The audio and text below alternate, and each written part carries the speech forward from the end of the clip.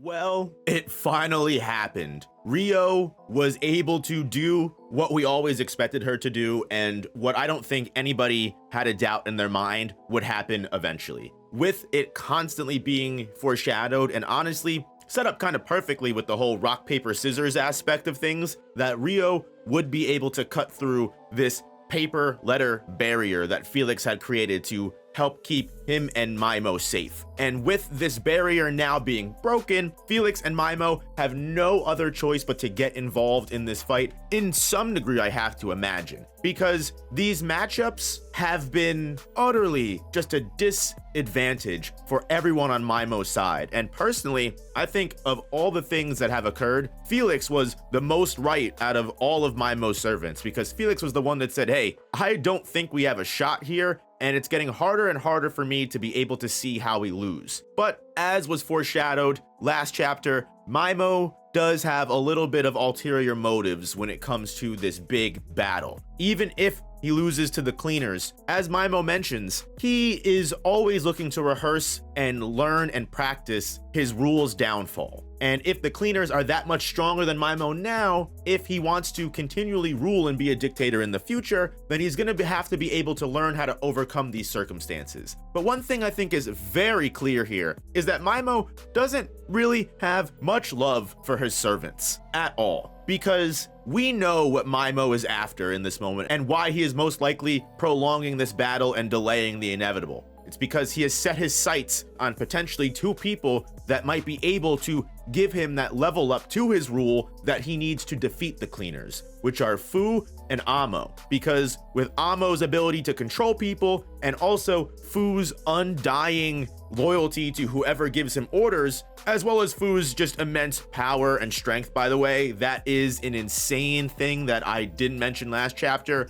Whatever faction gets Fu on their side essentially gets a major handicap. Let's just put it that way. So it's possible that Mimo will be willing to sacrifice not only Felix, but also the girl who hits balls, Gil, for his new companions that he views as much better and more suitable for a more powerful way to rule and force the world to obey him with an iron fist. Because like he said, the chokers have pretty much used their usefulness. Now that there's also a solid vital weakness found in them, which you can just take them off and everything is gone, it makes sense that Mimo would be willing to make sacrifices like this. And without going too far into speculation as to where the rest of this battle is going to go, what I do want to focus on here is just how far some of the cleaners have come, especially Zanka, who in this chapter, we see a little bit more of the back and forth between Zanka and Gil. Zanka's big level up here, not only is he able to keep up with everything that Gil throws at him, he's even able to swing his stick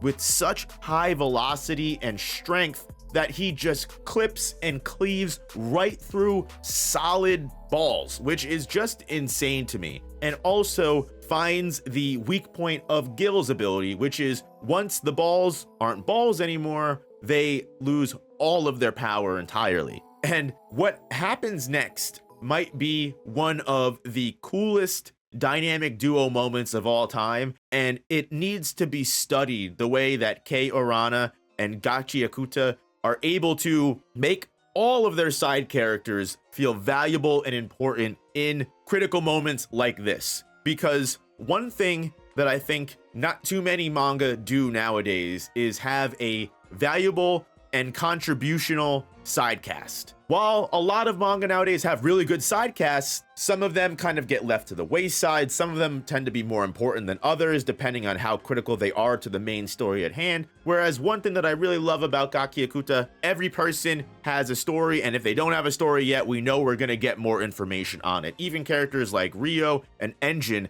have been heavily foreshadowed to have really deep and interesting lore tied to them. And we already got a little bit of Zanka's backstory, which I think is insane that Zanka has reached a level of power that Gil honestly doesn't buy the fact that Zanka is some average Joe. she thinks that Zanka is some I didn't even have to study and everything comes natural to me kind of guy. It is the same kind of accolade that Zanka would give Hyo, the girl that completely proved him wrong, that he was just an average Joe. This video is sponsored by GamerSupps, the ultimate energy and focus formula. GamerSupps is an awesome drink made up of a bunch of vitamins like vitamin C, vitamin D3, B6, B12, and vitamin H. All super good for you and your health, so it's not one of those awful sugar-filled concoctions that's gonna make you crash after drinking it. If you're still skeptical about it, go check out the link and use my code anyway. They are more than willing to send you some free samples and give you a chance to try their product for free. Use my code NOOP now for 10% off, and thank you GamerSupps for sponsoring the channel. With the whole foreshadowing of Hyo potentially being involved in the doll festival, we know that Zanka's sister and the Hellguard are also playing a big part in this moment. This whole entire story arc has just begun, and I know some people in the community feel that this is going a little slow,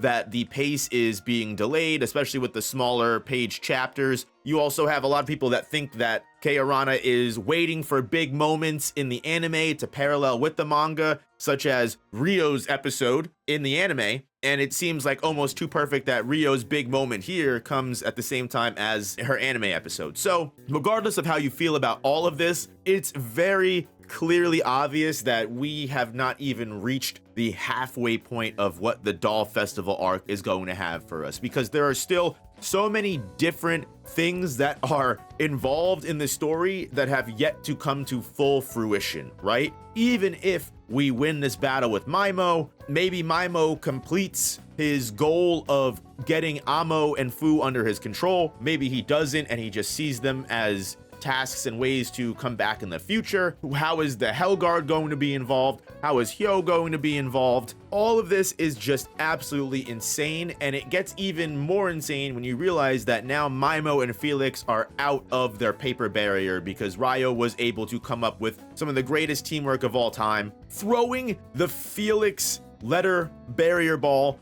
right into the path of Gil's baseball bat, throwing the pitch and setting her up because whatever is struck by the vital instrument becomes one of her attack balls, which means that barrier immediately becomes an attack ball. And with Zanka and Ryo supporting each other, Zanka supports Ryo from behind while Ryo goes to cut down her scissors, which, despite Felix saying that the strength of his love and the strength of his letters are unbreakable and no one can cut through them and no one can surpass his defense, Ryo makes a very creepy and evil moment here that says when love is too strong, it's easy for cracks to get in. And just in that moment, the scissors come right down and she slices right through my man's barrier. The unbreakable defense is cut through, revealing the vulnerable Maimo and Felix inside. Where is this battle gonna go from here? Is Maimo gonna be able to take hold of the things that he desires fast enough before the tables get turned against him?